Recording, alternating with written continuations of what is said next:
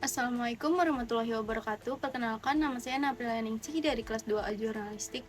Di sini saya akan membuat video untuk memenuhi tugas akhir mata kuliah pengantar sosiologi. Bab 1 membahas mengenai ilmu pengetahuan dan sosiologi. Ilmu pengetahuan merupakan pengetahuan yang tersusun secara sistematis dengan penggunaan kekuatan pemikiran, di mana pengetahuan tersebut selalu dapat diperiksa dan ditelaah dengan kritis. Sedangkan sosiologi adalah studi tentang masyarakat dalam sistem sosial. Menurut Rochik dan Warren, sosiologi adalah ilmu yang mempelajari hubungan antara manusia dan kelompok-kelompok. Selanjutnya ada objek sosiologi. Objek sosiologi ini terbagi menjadi tiga. Yang pertama itu individualisme atau individu, kolektivitas atau kelompok manusia, dan masyarakat. Yang terakhir itu ada realitas sosial. Pada bab 2 membahas mengenai sejarah, metode, dan teori-teori sosiologi. Auguste Comte adalah seorang filsuf dari Prancis yang seringkali disebut sebagai peletak dasar bagi ilmu sosiologi. Selanjutnya ada teori-teori sosiologi. Yang pertama itu ada teori klasik. Yang kedua ada teori modernisasi. Ketiga itu ada teori ketergantungan. Bab 3 membahas mengenai proses sosial dan interaksi sosial. Proses sosial adalah interaksi sosial yang berlangsung dalam suatu jangka waktu sedemikian rupa hingga menunjukkan pola-pola pengulangan hubungan perilaku dalam kehidupan masyarakat. Sedangkan interaksi sosial merupakan hubungan-hubungan sosial yang dinamis yang menyangkut hubungan antara orang-orang perorangan, antara kelompok-kelompok manusia, maupun antara orang perorangan dan kelompok manusia. Lalu selanjutnya ada masalah sosial. Masalah sosial merupakan suatu ketidaksesuaian antara unsur-unsur kebudayaan atau masyarakat yang membahayakan kehidupan kelompok sosial. Selanjutnya pada bab 4 membahas mengenai kelompok sosial dan kehidupan masyarakat. Kelompok sosial adalah kelompok orang yang memiliki kesadaran bersama akan keanggotaan dan saling berinteraksi. Terdapat tipe-tipe kelompok sosial yang diklasifikasikan dari berbagai kriteria, yaitu besar kecilnya jumlah anggota, derajat interaksi sosial, derajat organisasi, kepentingan, dan wilayah. Bab 5 membahas mengenai masyarakat dan kebudayaan. Kebudayaan adalah produk dari seluruh rangkaian proses sosial yang dijalankan oleh manusia dalam masyarakat dengan segala aktivitasnya.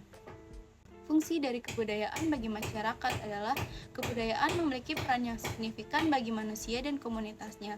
Berbagai tantangan yang dihadapi oleh masyarakat dan individu, seperti kekuatan alam dan faktor-faktor internal dalam masyarakat, tidak selalu bersifat menguntungkan. Selanjutnya kita akan membahas bab 6 mengenai lembaga sosial kemasyarakatan. Lapisan masyarakat juga dikenal sebagai stratifikasi sosial, yang artinya adalah suatu konsep dalam sosiologi yang menggambarkan bagaimana masyarakat dibagi menjadi beberapa lapisan berbeda berdasarkan status sosial, kekayaan, pendidikan, dan lain-lain. Lembaga sosial memiliki beberapa ciri umum yang meliputi lembaga sosial adalah organisasi dari pola-pola pemikiran dan perilaku yang terwujud. Bab 7 membahas mengenai lapisan masyarakat. Dalam sosiologi, pengelompokan masyarakat berdasarkan tingkatan-tingkatan tertentu itu disebut dengan stratifikasi sosial. Selanjutnya ada mobilitas sosial. Mobilitas sosial ini adalah perpindahan status dalam stratifikasi sosial. Mobilitas sosial dapat mengacu pada individu maupun kelompok. Selanjutnya, bab 8 membahas mengenai kekuasaan dan kepemimpinan. Materi ini adalah materi yang saya presentasikan.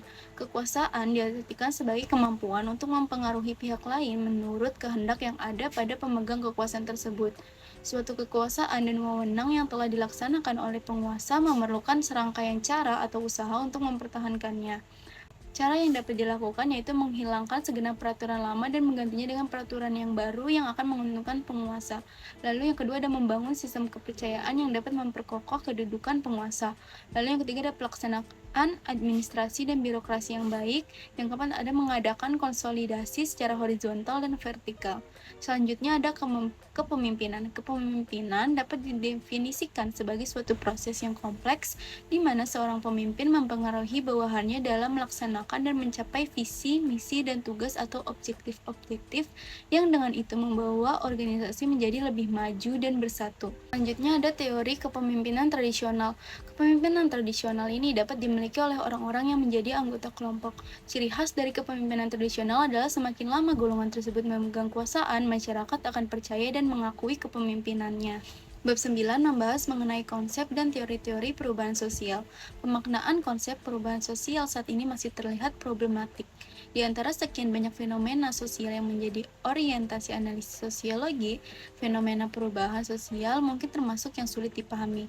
Perbedaan pemaknaan konsep ini biasanya bersumber dari perbedaan asumsi dasar dalam melihat masyarakat.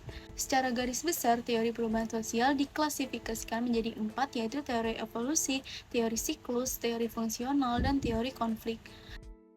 Masalah sosial merupakan suatu masalah atau persoalan yang harus diselesaikan yang berhubungan dengan nilai-nilai sosial dan lembaga-lembaga kemasyarakatan. Secara garis besar, metode yang dikembangkan untuk memecahkan masalah sosial terbagi menjadi 2 bentuk, yaitu pemecahan masalah sosial bersifat preventif dan pemecahan masalah sosial bersifat represif.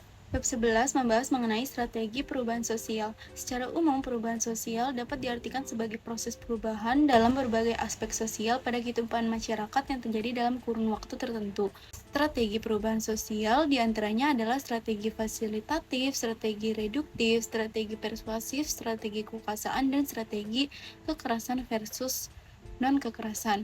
Bab 12 membahas mengenai gerakan sosial dalam perubahan sosial. Gerakan sosial dimaknai sebagai sebuah gerakan yang lahir dari sekelompok individu untuk memperjuangkan kepentingan, aspirasi, atau menuntut adanya perubahan yang ditujukan oleh sekelompok tertentu, misalnya adalah pemerintah atau penguasa. Namun, gerakan sosial ini dapat berpihak sebagai kelompok yang pro maupun kontra dengan pemerintah atau penguasa. Nah, contoh-contoh dari gerakan sosial ini seperti gerakan anti-kolonial, gerakan perdamaian, gerakan lingkungan, dan gerakan LGBT. Sekian pemaparan materi bab 1 sampai bab 12 dari saya. Kurang lebihnya mohon maaf. Wassalamualaikum warahmatullahi wabarakatuh.